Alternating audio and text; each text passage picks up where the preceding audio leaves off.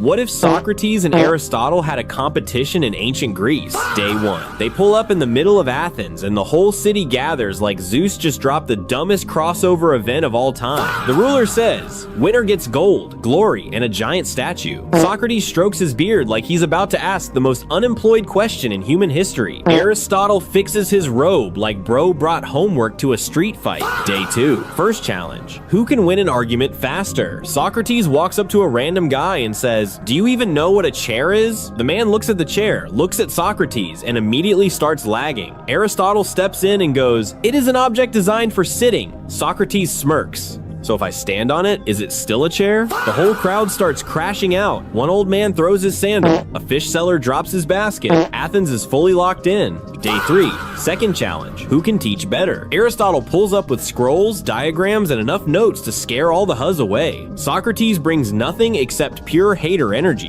Aristotle starts explaining logic. Socrates cuts him off and goes, if logic is so perfect, why do you still get no huzz? The crowd folds instantly. One priest starts laughing and tries to hide it. A guy selling olives sits down because he can't breathe. Aristotle starts drawing circles in the dirt like his aura depends on it. Socrates erases them with his foot. Day 4. It gets personal. Socrates says, if knowledge is your power, then what are you without it?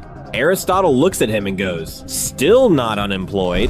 The whole square explodes. One woman drops her water pot. Two merchants start pointing at Socrates. Even the goats look shocked. Day 5. Nobody wins. Athens is cooked. Socrates is still yapping. Aristotle is still sorting leaves into categories nobody asked for. The crowd is exhausted. The ruler has a headache, and one random guy is still arguing about the chair. He realizes too late he didn't host a competition. He created the first podcast crash out in human history. Get out!